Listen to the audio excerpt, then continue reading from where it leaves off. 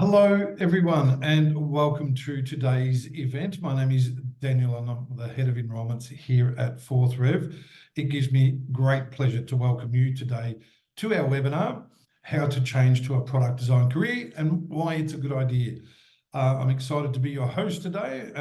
We're here to explore the exciting world of UX, UI, and product design and help you understand why it may be a perfect career move for you, whether you're a recent graduate, whether a mid-career already in the profession, or someone looking to make a complete career change. This webinar will provide valuable insights and practical guidance to help you achieve your goals in the field of product design.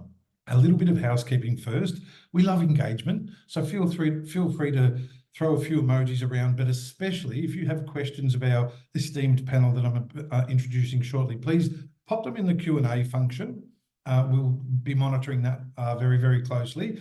And the chat function is used for assets that we're going to put in there for links that you will find hopefully most beneficial. And for your introductions, I might have a question or two for you to pop into the chat function as well. So questions for the panel in Q&A, discussions and links will be hosted in the chat as well. So what will we learn today?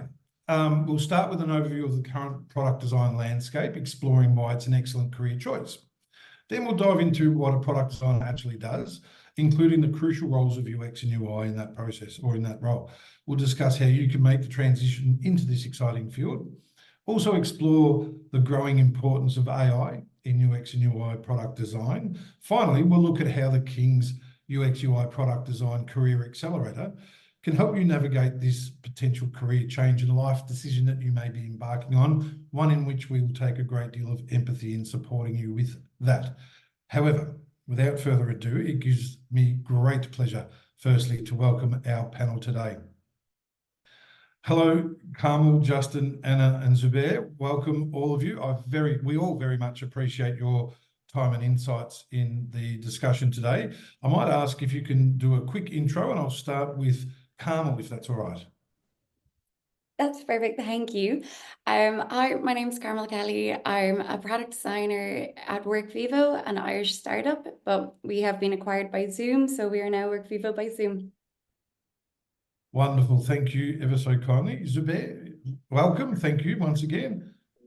Thanks, Daniel. Hi, I'm Zubair Ibrahim. I am a senior manager in experience design. I work for a media group in the MENA region, SRMG, and I work in the design and innovation team. So nice to meet you all. Wonderful. Thank you, and looking forward to your insights. Anna, welcome. Hi, I'm Anna. I'm a user experience designer. I currently work at Cancer Research UK. I previously worked at ASOS and a number of agencies. And I'm also one of the facilitators for the King's UX and UI product design career accelerator. Gosh, that's a mouthful. It is a fair title, isn't it now? Thanks, Anna. Justin, last but certainly not least, thank you ever so kindly for your time. Hello, I'm Justin. I am the subject lead here at Fourth Rev for our product design and product management career accelerators. So I help build and manage our courses as well as facilitate them, which I've done along with Anna since our very first cohort in product design, which was then UX design. So glad to be here. Wonderful. Thank you all. Looking forward to engaging and having the audience engage with such esteemed experts in the field. So a reminder for everyone to pop your questions all throughout the webinar in the Q&A function. So let's kick it off by let's start by looking at why product design is such an attractive career option right now. The demand for skilled product designers has been growing significantly in recent years after a previous lull. In the UK, we're seeing average salaries ranging from £46,000 to £123,000 for product designers, depending on seniority levels. This growth isn't just about the number of jobs. It's also about increasing recognition of the value that a great product designer brings to a business and the business application of their skill. If a user's online experience with a business is bad, 88% of customers won't return to that site. Companies are realizing that user-centered design is crucial for success and customer satisfaction and retention. I'll go further by saying as well. On to the next slide, and I'm keen to get to the panel to hear your insights. So firstly, though, product designers are in demand across a wide range of industries, as we know. And as we all engage with so many products now and are quasi-experts, I guess, with the experience of the volume of products that we interact with and processes as well. And while tech and e-commerce might be first that come to mind, we're seeing increased demands in sectors certainly like fin services, healthcare, without a doubt, education, and even traditional manufacturing applying digital products also along the way. This diversity means that as a product designer, you have an opportunity to work in a wide variety of projects and potentially in an industry you're passionate about and can identify your transferable skills within. So, question for the panel. What trends are you seeing in the hiring landscape for product designers? Are there any particular skills or experience that companies are eager to find? Who would like to answer the first question? Go, Justin. Well, I can just kick off with one that I think would be pretty obvious to the rest of the panelists, but knowing Figma is like the absolute must these days for product designers. That's probably the main hard skill to learn as a product designer, and that's what companies will be looking for, even though there's way more to it to that, including soft skills and other things like that. But that's definitely what I'm still seeing everyone looking for.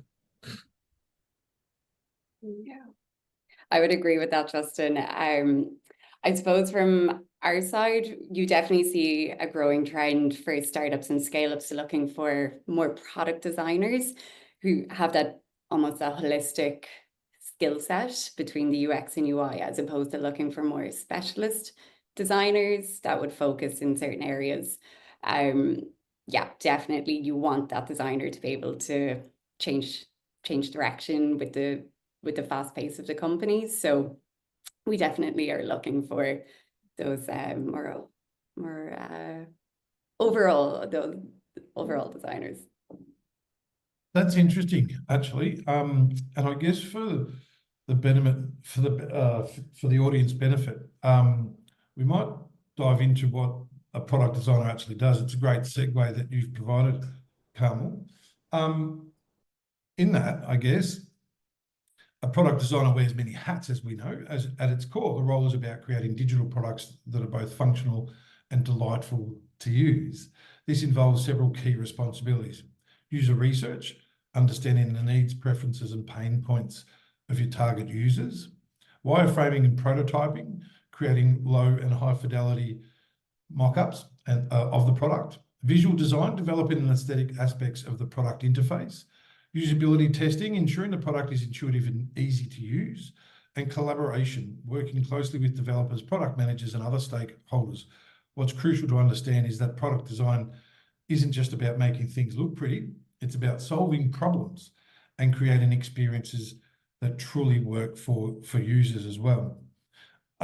Any thoughts on or any additional roles and responsibilities that I've missed there? Yeah, go Sorry, you go ahead. Yeah. All right. Yes, I think for me, particularly with product compared to kind of the UX UI kind of role, is really understanding the core business requirements. So as a product designer, you need to really understand what the key objectives are of the business, what the metrics are, and you need to align those with the solution that you're trying to kind of develop or problem you're trying to solve for. That's the core difference that I would say that is between a product designer and a designer that's more UX UI. I think that's a really valid point. And I think what's really interesting is, yes, we do all of this throughout the process, and we might do more depending on where we are in the project and when at the time. But a lot of also what we have to do is decide which of these to do when. It's very rare in my roles that I've experienced that I'm told, okay, now we need to do this, now we need to do that. That's kind of our role as well, to sort of define and say we need to do more of this or do more research of that, and then actually sort of the decision making and sometimes having to sell that to other stakeholders and convince them where it's needed is a big part of the role as well. So a lot of collaboration at all of these points is a really big part of the job, I'd say. Yeah, that's a great point, and that's a great introduction to my next point, I guess, is that definition, or going a little bit deeper within that. So, as mentioned, also within product design, we often talk about the UX, we talk about UI, and whilst these can be distinct areas, they're closely related and often overlap in a product designer's role, as you've just exactly mentioned. UX design focuses on the overall experience of using a product. It involves understanding user needs, creating user flows, and ensuring the product is intuitive and satisfying to use, as we all know. UI design, on the other hand, is more about the visual and interactive elements of the product. This includes creating visually appealing interfaces, ensuring brand consistency, and designing of micro interactions that delight users. I love that word, delighting users. As a product designer, you'll likely need to have skills in both areas, allowing you to create products that are both functional but also beautiful. A question for the panel, and I might go with Zubair first. As an experienced product designer, how do you see the balance between UX, UI playing out in your day-to-day work? Are there examples of a project where both were so crucial in the one role? Yeah. So it's from a product design perspective, you need to balance both. So my kind of background initially when I started in design was in UX, where we focused a lot primarily on the kind of experience itself. But now, as the market is kind of developing, we need to kind of balance both. A product has to be usable, it has to be marketable, and it has to be delightful. And the visual and like you mentioned, the micro interactions and the delight. So a lot of product designers, I find in my experience that I've mentored, they get really into a rabbit hole with micro interactions, trying to make everything pop and bang on the screen. But we need to reframe what delight means. So sometimes delight is just a really simple, easy to use interface that just gets the job done for the user. That can be framed as delight. It doesn't have to be all bells and whistles when you're on an experience. But really, from a product design perspective, it's balancing both. You need to balance what the user is trying to do. You need to balance the metrics that the business is trying to get you to do, whether it's more signups, whether it's converting, wherever it may be. And balance is the key. Yeah, that's a great point. That reminds me, actually, when we implemented at 4th Rev a customer excellence experience, a charter around that, we did some research and we found the greatest companies that provide the best customer experience, and 2 of them had actually no live customer interaction, but their seamless digital experience held them in such good stead. They were rated within the top 10. One was PayPal, and the other one escapes me as a digital experience, but it was interesting to see through the strength. And so, as you said, Zubair, sometimes it's speed it's the speed at which one can find a solution or their end outcome, and PayPal's so amazing for that. It doesn't have to be always the bells and whistles. Any other example? Yeah, please, Justin. Yeah, I'll go ahead. And it might tie a bit about what Anna was saying earlier about knowing when to do things. I think as a product designer, when you have this holistic whole set where you can get really into the detail with UI design, or you can do kind of quick, rapid prototyping, less intensive work with some of the early UX design discovery phases, knowing when to dive into the detail and when not to, and knowing like when to focus on traditionally the UX side of things, and to like, that's really the problem space and the discovery before you get into the detail. It's knowing like when to get into the detail and when not to is a really important role for a product designer. And I think that's why traditionally in the past, product designer was always seen as a senior role, someone who could do everything, who could like balance the business needs. And now it's seen that anyone at any level can do it, but you still have to know when to use which skill set, because it can cost you a lot of time if you're doing the wrong things at the wrong phase. Exactly. Before I go to the next slide, Ian, thank you for your engagement so far, and a question that has come up, and I'll ask it now rather than get to the dedicated Q&A section, because it's relevant for what we are discussing now. But Ian's asked, when and why are UX UI designers called product designers? Is it that they're completely separate, or is it as discussed, I guess, already, but is there a point in which those 3 emerged to call a product designer at that time? Thanks, Ian, by the way. I mean, other people, I think we probably all are thinking the same thing. At a certain point, it becomes somewhat semantics, some of the stuff. And like different companies are using them in different ways. Okay, yeah, you can have a product designer who's more of a traditional, like non-digital product designer who's like more almost like an engineer. That's a thing of the past. But I think here it's just a way to simplify a term for someone that's designing an application or website or a product, which usually has a digital side. If you want to really get into the semantics, like a UX person can't necessarily do the UI and vice versa. I think product design is just there to capture it all. And that's why it's become so popular. It's more that end-to-end, what used to be called a UX UI hybrid designer. People may have other opinions, but for me, it's a lot of it's semantics. I would also see it, it's like where you're placed in the team. So for us, it's like you work very closely with your product manager and your tech lead. And so you are advocating for the user when you are in those discussions. So in a way, it does feel a little bit higher in that sense that you do have your say at the table for that user. So yeah, it's definitely changing, but yeah, I'd say it feels like you have more say. Brilliant. Thank you. And before I go to the next slide, I'm going to ask the audience in the chat function, just a reminder, put your questions in the Q&A. But if you could, for us, so we can understand, we're doing some user research. If we could understand the audience and your needs, if you could put one of 3 words in that chat function that best suit you. Are you looking to start your UX, UI design, product design career? Are you looking to change? So start, change. Are you looking to change into the profession, or are you looking to advance your existing? So if you could type in start, change, or advance, that will certainly assist us tailor a lot of what we're going to talk about to yourself as well. Brilliant. So many coming through as well. But also, let's talk about how, I guess, with so many changes in the audience especially, let's talk about how someone can make the transition into this exciting career. One of the great things about product design is that the field is open to so many career changes, and it's so great to have so many of you in the audience.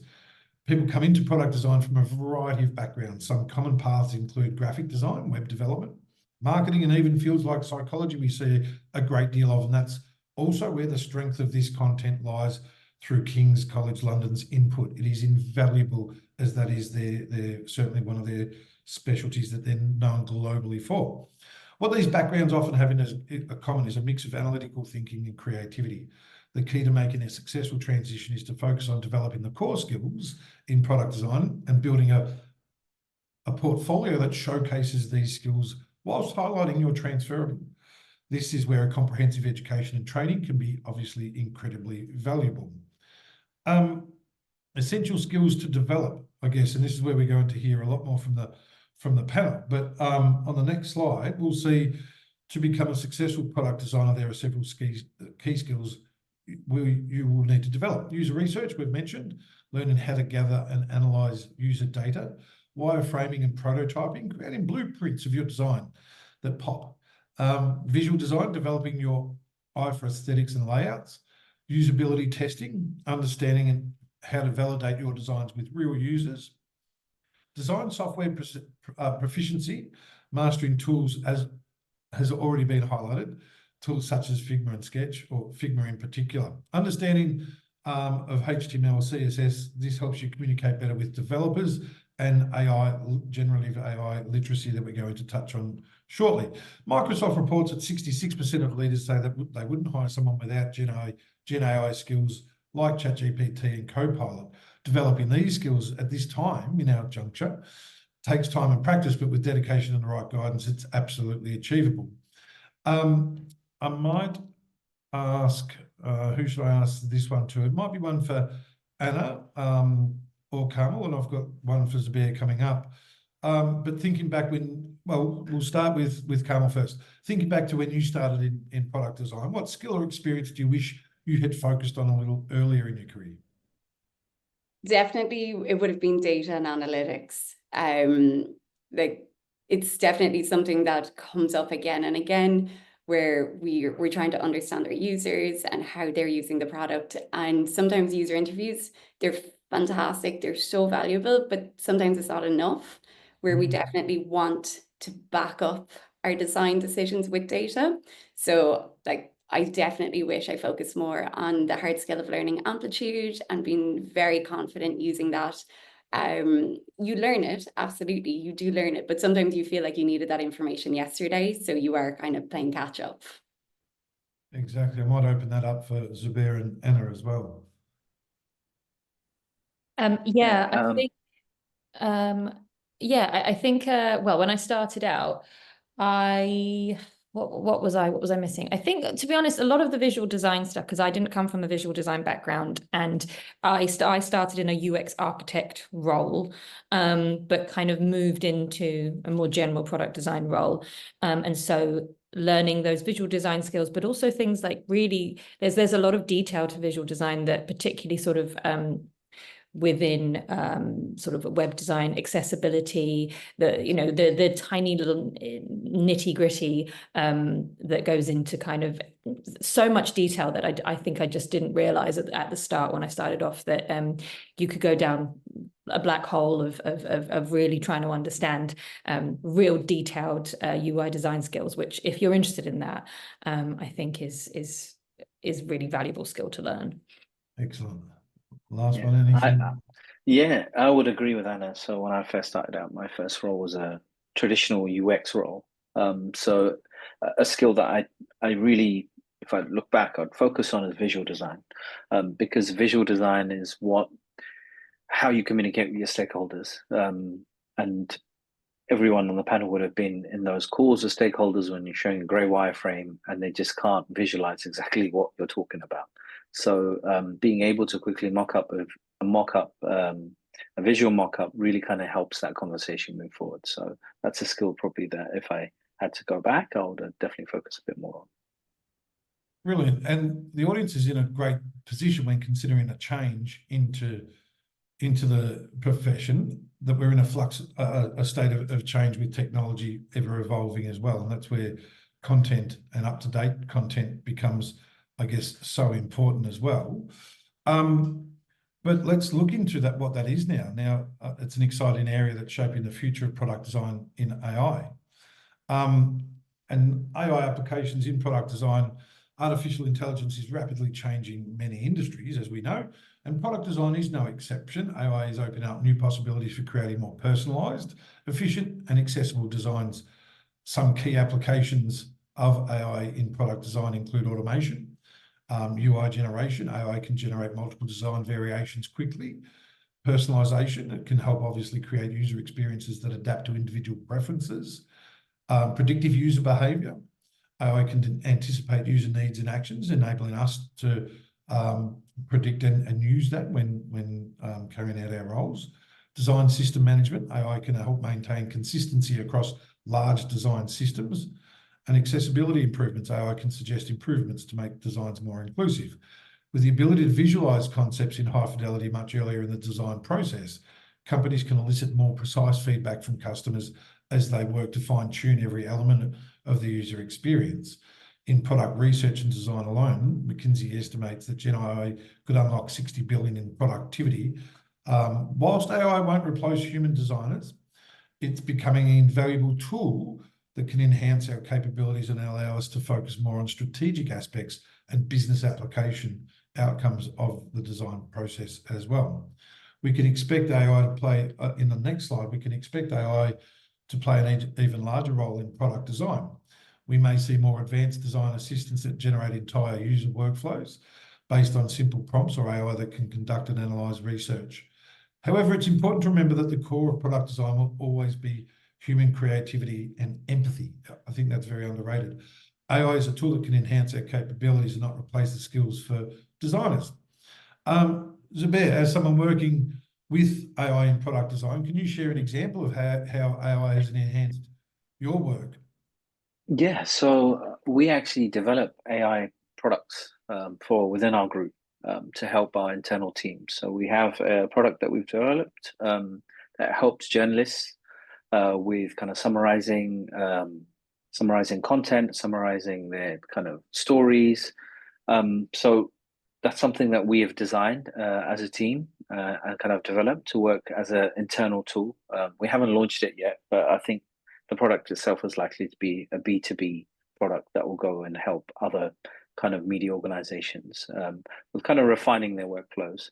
And from a team perspective, we use AI to kind of augment the skills that are missing in the team. So, for instance, content design or copywriting. That's a skill that we don't currently have in the team.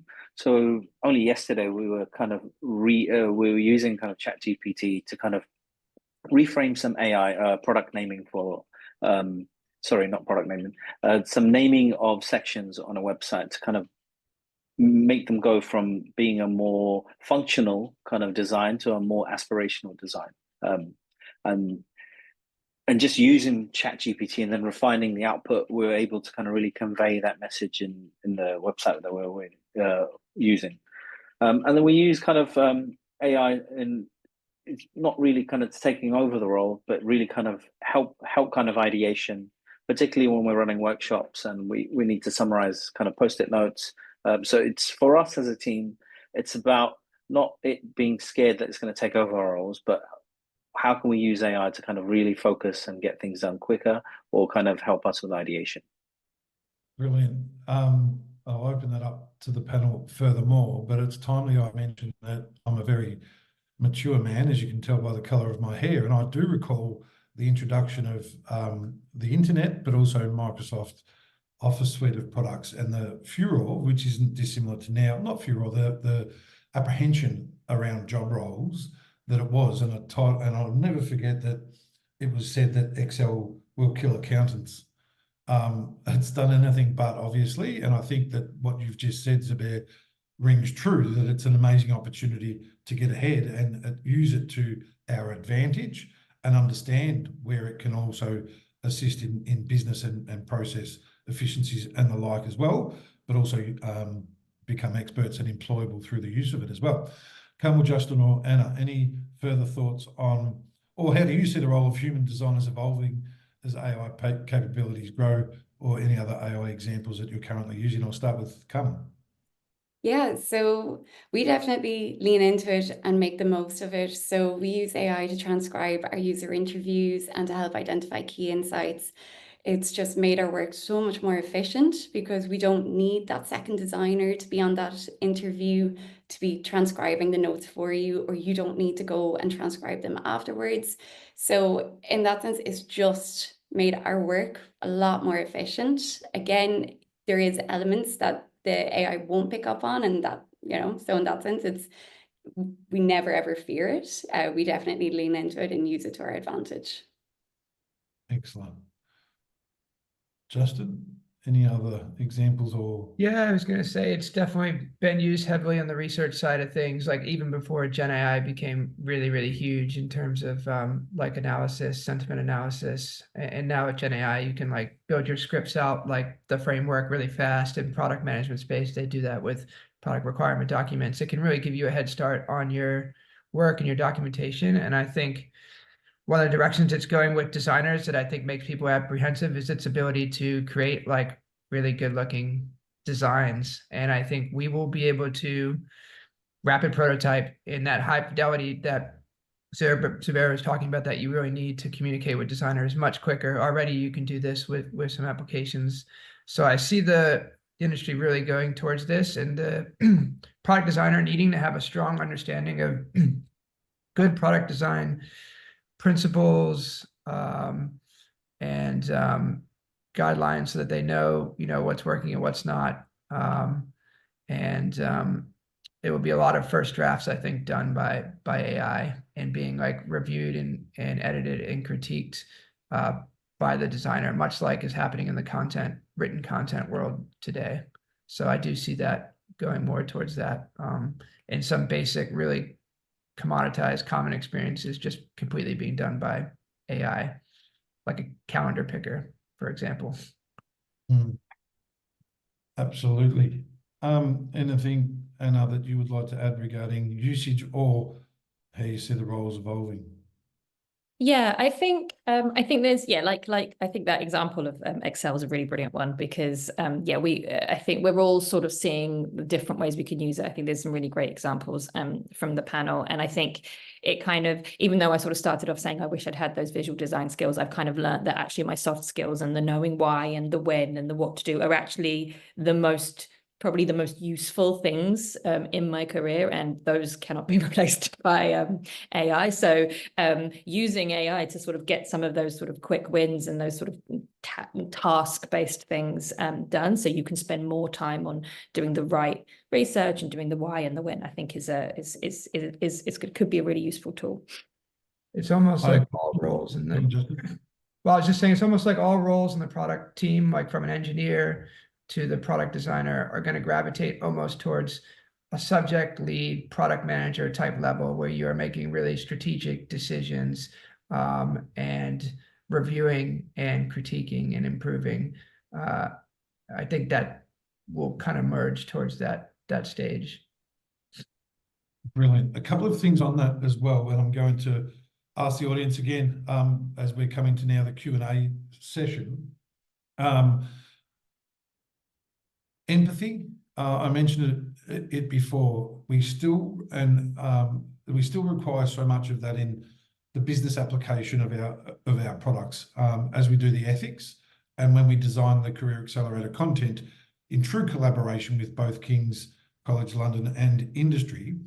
The non-negotiables from an industry perspective were not just the technical and the understanding of that, it was also the application and the ethical, which is certainly embedded into the program that I can't wait to give everyone an overview of a little bit more deeply shortly, but we're going to get to some questions. Final reminder, questions in the Q&A. Ian, thank you. And I think I saw, Ian, you're based in Bermuda, I think you mentioned in the chat earlier. So hopefully all the bad weather's north of you, then it's sunny and it's probably beautiful where you are. But thank you for your engagement as well.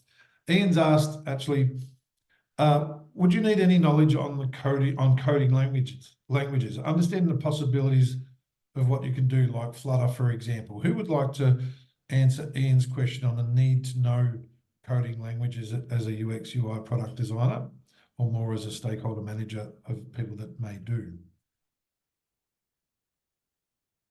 So I would say from our side, it helps. It really, really helps to understand. You're working with the developers. You build that relationship with them, and you're working closely with them. So it really helps to understand, because you don't want that to be a barrier for understanding and for communication. So it's not that you are necessarily required to code, but it helps to understand when you are discussing designs. Also, just to kind of to go on from what Carmel said, is it really helps in feasibility. So if you can understand how things are built, you're already working, the relationship between yourself and the engineering team or the devs just improves vastly. And it kind of really helps when you're dealing with stakeholders, because a lot of the time stakeholders may feel that the engineering team is just blocking this, but if you're on the same hymn sheet as an engineer, because you both are speaking the same language, it just really helps with stakeholders. And generally as a designer as well, it'll help you kind of improve your designs if you can understand how things are built. You'll also have happy engineers. Yeah, we can teach the basics on the course that you should know as a designer. So like, what is JSON? What is CSS? What is HTML? What are the basics that I should understand in terms of like what we're designing for the users? So you don't need to know coding in and out, but as these two say, it'll help you design right if you know the elements and communicate with your engineers. And it's very similar with data, as Carmel mentioned earlier. You don't need to be a scientist, but to have an understanding of the accuracy, the sourcing, wrangling, and presentation for research methods and outputs as well is critical. You've just answered another question, Richard. Thank you for your question about HTML. Obviously, Justin's just touched on that. And thank you once again, Ian. Someone's asked the state of the market, basically. Are there many job opportunities out there for UX? I know we saw ourselves some 18 months, 2 years ago, that the market went through a lull with the some people call it the tech bubble. And we've seen an enormous uptick since. It's like many industries, I guess. From employer perspectives and from industry perspective, how are you seeing the state of the market at the moment? Maybe Zubair, Anna, go first. Yeah, the market is, I know there's been a bit of a lull, but it's slowly picking up. I think what's different in the last few years, I'd say, is the digital part of our lives is getting more and more embedded. So eventually, everything and everyone, every kind of service that you kind of access is going to need some people to kind of help refine, build, augment. So I think as a market, we're slowly kind of recovering from the lull. What I'm seeing more of is more requirements for generalists, so the product designer. So I think this course will be ideal. Whereas in the past, there was more emphasis on specialism. So someone who was like a deep UX designer, or someone who's really focused on UI, or someone who's doing more content or research. Now companies are looking for, and we look for generally, someone who's more generalist. And generalist doesn't mean that you need to know everything 100%. What you'll find with generalists is you'll have a product designer who's a bit more focused on the UX side, and you'll have a product designer who really kind of focuses a bit more naturally, their natural innate abilities in visual design. So there's nothing wrong with that. But I think overall, I think as an industry, people will always use products. Products are predominantly digital, so there's always going to be need for designers. So I think the market will recover, and I think we'll see an increase in kind of requirements for roles. Yeah, that's a good point. And even a can of Coke has a QR code on the side of it for a digital product to run alongside. It's that way. And we even had in our UX UI product design career accelerator, we even had an industrial lighting specialist going through the interface between the physical and the digital to understand how they can make that better for people's lighting experiences in public places and in homes now as well. It was most interesting. Anna, you were going to also contribute to that one. Yeah, I think I was just going to build on it, that sort of generalist thing as well, where you can have, like, we call them T-shaped or M-shaped designers sometimes, where you kind of have this broad spectrum across the whole research to design, UX, interaction design, all these things. And then you kind of have these couple of specialisms. I think, yeah, there's definitely been a shift away from these sort of very specific UX and UI roles. So yeah.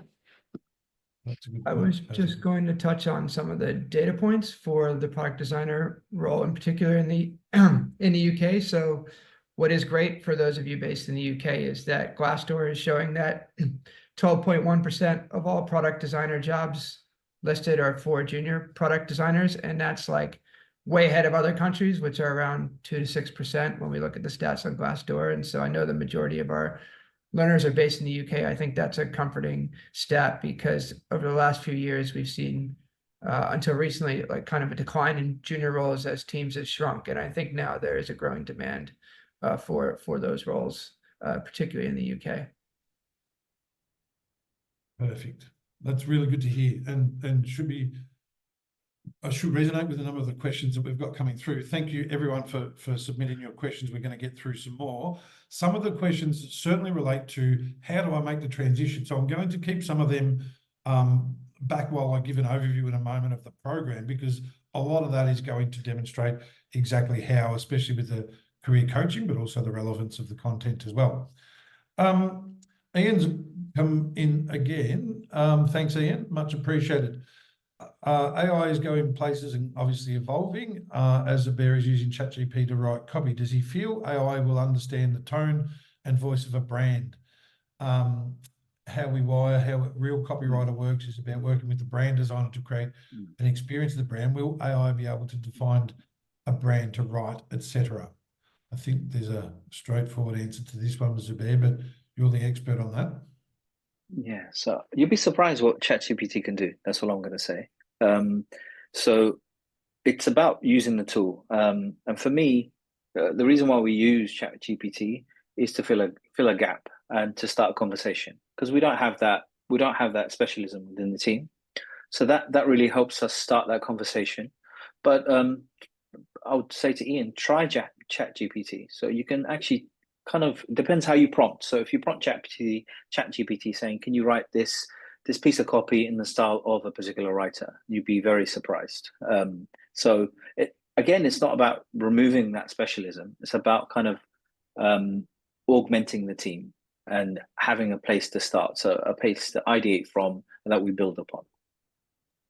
Yeah, I mean, that's basically Grammarly's whole business model, and they're an AI business about the tone of their writing. So yeah, it's pretty fascinating what it can do in terms of at least first drafts for stuff.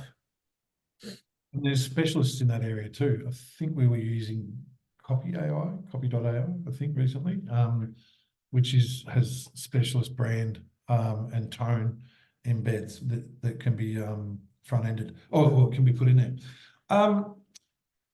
Number of other questions. There's a bit of an interesting one from someone. How are industries like healthcare, education, or fintech in the UK leveraging neuroscience in UX design?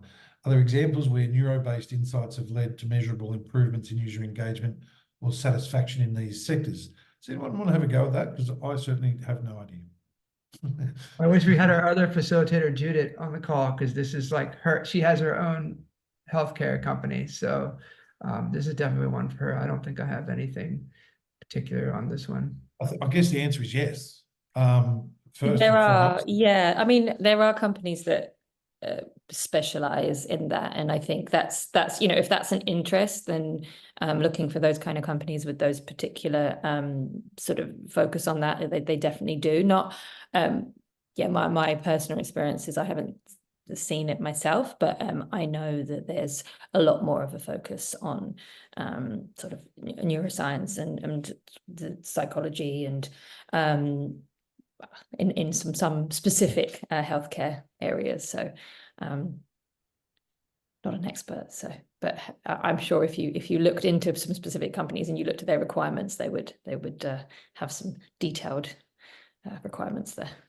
It does remind me also of a webinar I hosted with the CEO of Creative Navy about Meditech in product and UX UI combined, and we might try and dig that up and pop that in the chat as well. It was a very interesting discussion. I'm going to now give a quick overview of the program and certainly lean on Anna and Justin to contribute once I've given the brief overview, because we'll then get into some of the specific questions about transitioning and I guess showcasing previous experience. But as I mentioned earlier, it is a program completely online, but is designed collaboratively with both industry and the academic faculty at King's.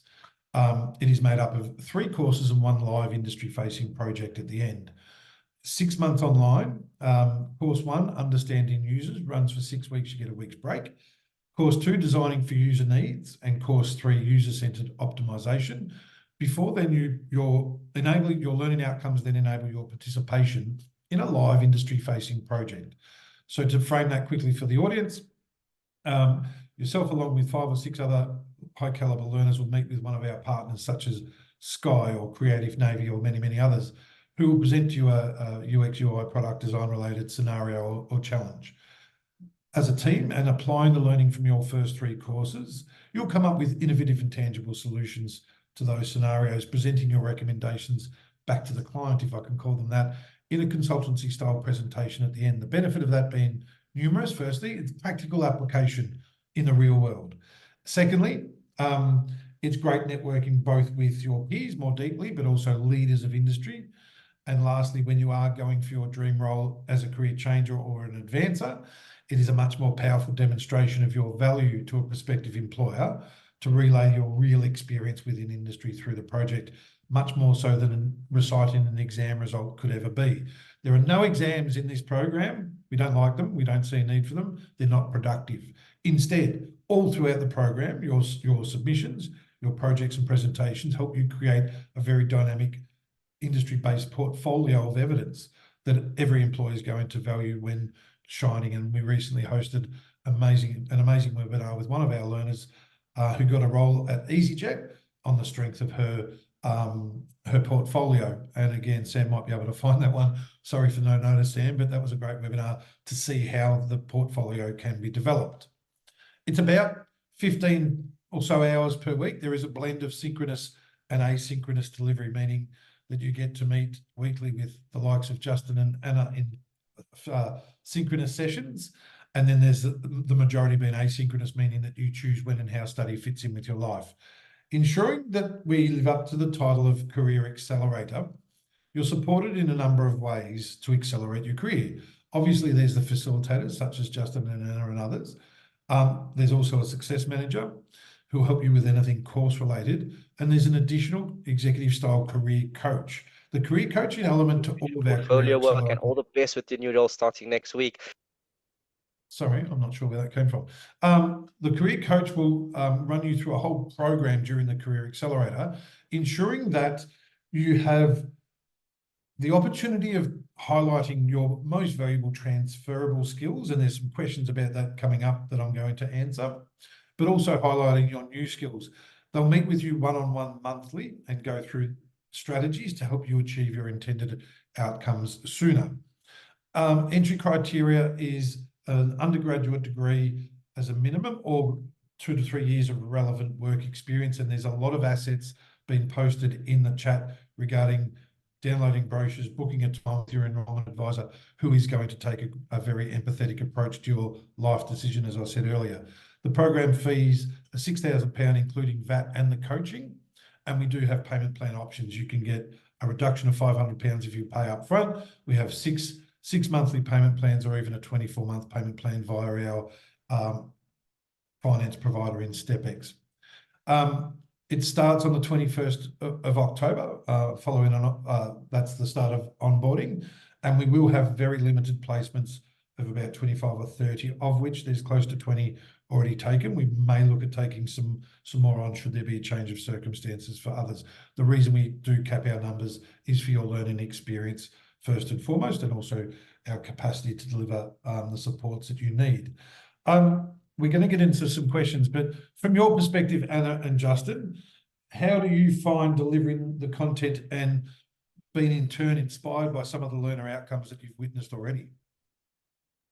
Oh, yeah, that's a great question. I think the learners are amazing, and I love that they come into the course and you just see this sort of start, and they're like, I'm not really sure. And then you see like they all bloom in different ways. Like some of them, they just find they're like, I thought I'd be more interested in this side, but as I do this, and as I'm surprised, I'm quite good at this. And yeah, they're just like, they're constantly amazing. I look at their work and sometimes I'm completely blown away by how much they can achieve. And they all come from such diverse backgrounds that they really learn from each other. And I think that's really amazing. Like I think on the last course we had an architect, and we've had teachers, we've had nurses, and which is just like they all have these different angles, or psychologists, and yeah, and I think they all bring a different angle. So some bring a lot of empathy, there's graphic designers. So, and especially when they get together and work together in the end, it's like all those skills just come together and they all learn from each other. So yeah, it's really exciting. I really love seeing that growth of where they start and where they get to at the end. I appreciate your passion, no doubt, as well, Anna.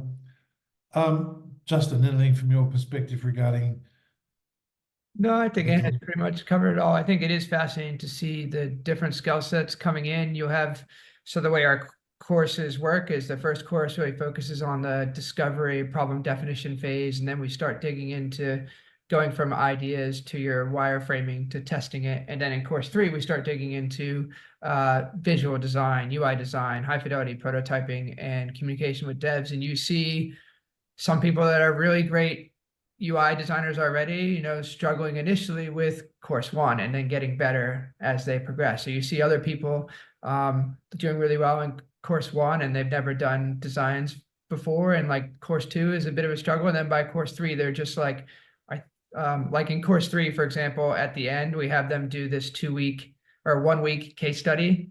And it's just incredible the amount of work that they put out and case study that they put together. Like, in 1 week. They basically go through the whole design process, and then there's the project that runs throughout on top of that. And so it's just quite impressive to see how much work they put out in a short span of time. If I look back to when I first started in my career, where I switched to UX design from product management, I could not pump out work as fast as these learners are doing it by the end of course 3, for sure.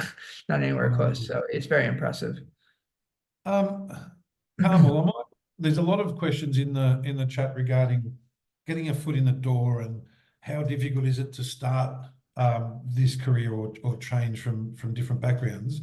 Any insights from yourself regarding tips or advice, aside from obviously what the Career Accelerator can offer, for people looking to make that transition for the first time? Yeah, so I suppose I came from a bit of a different background as well. I am a trained midwife. So like that, I transitioned, I did a very similar course to this in Ireland, and I transitioned over and got my first gig then as a UX UI designer. I suppose the biggest thing was leaning on what you can bring to that role. Yes, you've come from a different background, but like that, you bring different skills that nobody has. And just there is such an advantage to adding that diversity of skills to the team. And again, it's on the company to see that they do need that diversity, but really lean on that and lean on, yes, acknowledging that you may not have certain skills, but you can always learn hard skills. Hard skills, absolutely, you can teach that. You can't teach soft skills. So I would say definitely take advantage of that and really like lean into that. That's definitely what worked for me. Brilliant. That's a great example. Thank you, Carmel. Safa's asked here a specific question. Thank you, Safa. How would you go about getting your foot in the door to transition into UX UI product design? I'd like to start applying for internships ideally before finishing the course. Safa, I'm not sure, and good on you if you're doing this one. I'm worried about now having a sufficient portfolio at the early stages. I might touch on that quickly myself, but Zubair, I'll ask also you more generally for your tips about getting a foot in the door. But Safa, what I would also suggest is not only highlighting the transferable skills, as Carmel so eloquently put it then as well, what you bring, your unique skill set already, but in between times, if you do have the time, I find it invaluable when I see inspiring examples of people who have done that much more. And what I mean by that is someone looking to gain some practical experience through volunteering, for example. It might be the local charity that's just done an app or trying to get their digital reach a bit further. It could be the local kids sporting club, anything like that. It could be the local church. To donate your time and to say, look, this is what I'm studying. I'd love to dedicate some time to just understand how this was set up. And I've been through the process that you're taking people through, and I think I could contribute to some improvements. That's invaluable. When you relay that to an employer in an interview, it's a wow moment. It's not just the portfolio that wows people, it's what you've done over and above, sometimes some others as well, because volunteering today is sadly diminishing and every little bit helps. What experience do you have is going to be one of the first questions, and to say, well, not only am I doing this course with Kings, which has taught me this, did an industry project with Sky or someone, but also I volunteered at the local charity and this is the outcome of my work there. That's a very powerful thing to demonstrate in an interview. Any other points, Zubair? Yeah, so I transitioned from a sales and marketing role into design, UX design. And what I would advise you do is designers are problem solvers. So in your current role, whatever they may be, really get under the surface. Find out what are the key issues. Is there a process that is long-winded that you could simplify? And kind of speak to your manager, your boss, whoever it may be, and trying to find solutions and find problems that you can find solutions for in your current role. And that can really help you when you're building out that portfolio. And also I'll kind of reaffirm what Daniel said. So I did that in my previous kind of company that I was in. So I kind of helped refine a process, and I used kind of design methodology to do that and got great success. My wife used to work for a charity, so I used to kind of give some time to kind of refine her web presence of her charity. And it's all of these things that is going to help you stand out compared to Yes. all the other people that are applying for a role. And what it shows is it shows that you kind of think a bit deeper, and you've got your kind of, what it helps you do is, it's very easy to say I've got transferable skills, but what this does is it shows that these are my transferable skills and so I've used them to kind of open doors. So that's the best advice I'd give. That's great. And that reminds me about the portfolio and the why. How did, or the how, the thinking, as you've said, and the business application, as I've said a few times throughout. But you make a really, really strong point there. We're going to whip through a couple more very, very quickly. What happens if I miss out this time due to lack of placements on the course? Can we get on the next one? Absolutely. We will have applications open for our first presentation, likely to be in February 2025. There'll only be 3 presentations of this program next year at different stages throughout the year. Maybe one for Justin or Anna briefly. Anna's asked here, are the different assignments linked to specific fields or sectors, or is it up to the students to choose them based on their interest? As I said, no exams. How do they apply those business case scenarios, Justin? Yep. So we have a main project that runs throughout the first 3 core courses that is in the healthcare and insurance field. It's an app that you work on. Then we have the employer project, which is different for each cohort. Recently, it's been in the healthcare space. It's possible the next one could be with Sky, so a completely different space. And then throughout the program, we have practical activities where you, more kind of optional in addition to the assignment, that extra work where you can work on your own ideas or different types of apps, like the case study I talked about that they do at the end of course 3. That's you pick your own field and app. So there is one main project that sits within healthcare and insurance, which is one of the biggest growing fields for product design. But there is an opportunity to work in many different areas throughout the course. And we obviously, when we teach the content, we actually have a pretty strict rule when we were building it of having ratios of non-corporate to corporate. So it's not just all corporate stuff. We have third sector, government, other examples within the product design space. So it's a very well-rounded program. Excellent. There's a couple of questions that I have run out of time to get to, but I will ask that Sam take a screenshot, and Justin and myself might be able to get back to some of them. But I guess before I say thank you to everyone, it's about now, I guess, taking action from the audience perspective around, you've armed yourself with a lot of information thanks to the panel today. What to do with that is to digest, consider, and I always say consult those around you about a decision to study. It's a 6-month program, obviously, with around 15 hours a week. It's a commitment, and there's sacrifices such as maybe don't start the next Netflix series just yet. Consider those around you when making a life decision such as this, but take the next step. Download the brochure to find out more information, or best, book a time with your enrolment advisor who are going to take a great deal of care and empathy into a discussion, an open discussion around what's best for yourselves and your careers. And Ian, if you haven't done so already, I certainly ask that you do so, because with your experience, I think you'll relish in making the change, as sometimes scary as it can be. Other than that, though, it is now my great pleasure to once again say to Zubair, Carmel, Justin, and Anna, and Sam in the background as well, thank you ever so kindly. I hope the audience has got as much out of this as I have. I've learned a great deal from you all, and we very much appreciate your time and expertise in helping the next generation of UX UI product designers make their career decisions as well. Thank you kindly. Thank you. And pleasure, Carmel. Thank you kindly. Thanks, Anna. And for the audience, thank you as well for giving up your lunches. Thanks, Zubair. Please take that next step. We're here to support you, but most of all, we look forward to not only welcoming, supporting you, but also celebrating your career success in UX UI product design. Have a great day, and thank you once again.